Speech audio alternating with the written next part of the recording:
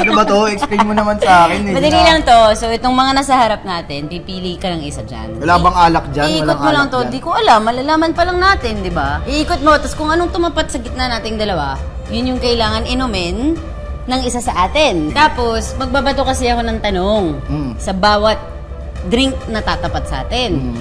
Pag sinagot mo yung tanong, kailangan ako yung uminom. Uubusin? Pag hindi mo sinagot yung tanong, kailangan ikaw yung uminom. Okay. Okay? Yes. Ready? Okay. Saan yan? Saan yan ako?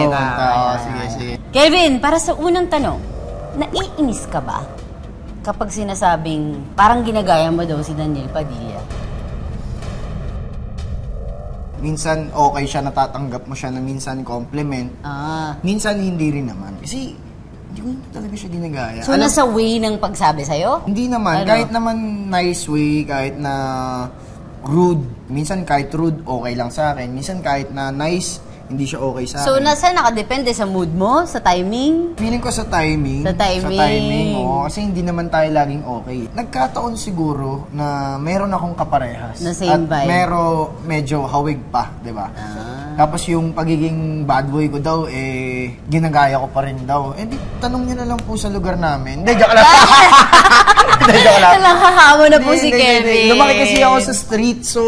Feeling mo may ganong vibe, naging innate sa'yo. Tama naman. Nadala ko na siya. Hindi, wala akong ginagaya o pinoportray na karakter. Kailangan ko inumin dahil... Wow, kaya pala okay. Sinagot mo eh. Sige, kailangan ko inumin. Yan. Soft drinks ka. Sarap. Gusto mo yun? Ayan! Uy, naku! Mamuti-muti! Okay. Itong susunod na question, gusto ko din malaman yung sagot mo. Sa totoo lang. Sige nga. Sa totoo lang talaga. Hindi ko pa ito natatanong sa'yo. Ay, ito na. Sa buong ano natin? Sa buong season? May mga balita na narinig ako sa mga ibon. Binulong kasi nila sa akin na may sikat na singer daw na international na nag-offer sa'yo ng 2 million. Ganun. Para sa isang project ba? O ano yun? Project, Indecent proposal ba yun? Ano ba? Pwede mo bang iklaro ngayon? Since nandito yan, hindi po totoo yun. Hindi yun, totoo. Tapos na yun. Ako yung lumabas sa comment section. Yan. Ikaw lang yung pinag-isipan ng mga tao. Nadikit lang yung pangalan mo. Nadikit lang. Ako na naman ang talo. Suka yan. Pustahan tayo sa ganyang kapatid. Ayoko na. Amen. Let's go. Suka yan. Oh, no! Oh, di ba tayo sa'yo eh, ha? Naman, pati ako nadudual. Suka yan. Ikot mo na yan! Takot eh. Ano yan? Ito na yung pinakamalapit. Ano to? Sana beer na Malalaman lang or natin something. mamaya. Tagal-tagal din tayo. Ilang buwan tayo magkasama dun sa lock-in natin sa Lost Recipe. So, nakilala mo din ako bilang tao. Kasi lock-in tayo eh. Magsabi ka sa akin ng isang ugali ko na hindi mo nagustuhan.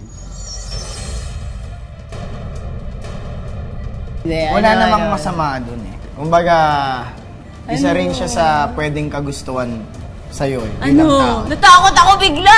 Di ba siya yung dapat i-interrogate? Hindi, yun yung minsan na hindi ko na gustuhan sa'yo. Yung pagiging, adventurous, nag-explore sa mga bagay. Nung time lang na yun. Ano yung yun? Wag na natin yung pag-usapan moment na yun? dito. Hindi pwede lang. Wag. Explain mo na lang bakit di mo nagustuhan yun. Yun nga, Anong naging dating sa'yo? Yun kasi nagdadala sa atin para ma-misinterpret tayo ng tao. So Thank inumin mo na you yan. for being honest. I can take that. Hindi siya masama I mean, pag narinig mo siya mamaya, baka sige, matawa sige. ka pa. For me, it's small detail lang siya. Pero napansin ko. Apple juice! Masarap. Dun talaga. Okay. Last na to.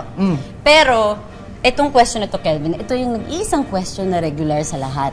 Regular sa lahat ng guests. Ito yung pinapaulit sa Kitchen Interrogate. Kung sasagutin mo, pwede naming i-bleep yung pangalan, i-explain mo lang yung sige. background. Okay, sige. Okay? Ready ka na sa tanong? Sige. Magbigay ka sa amin ng isang pangalan ng artista na ayaw mo nang makatrabaho ulit at bakit? Gusto niyo ba talaga yung totoong sagot? Oo. As in, i-blur out mo. Oo, yung name lang. Pero yung explanation, hindi. Sasagutin mo ba o hindi? Ayoko kasi nagbabadmouth ako ng tao. So, ayoko na. Yung experience ko na yon kung makatrabaho ko man siya, ano ko na lang, i-take ko na lang yung responsibility as a person na i-keep ko na lang siya sa sarili. Ayaw mo sagutin. Oh, sige, we can take that. It's a fair choice. So, suka nga to. Ako yung may suka. Isa. Gaya sa adobo. Oh, ako din, uminom ng suka. Ano?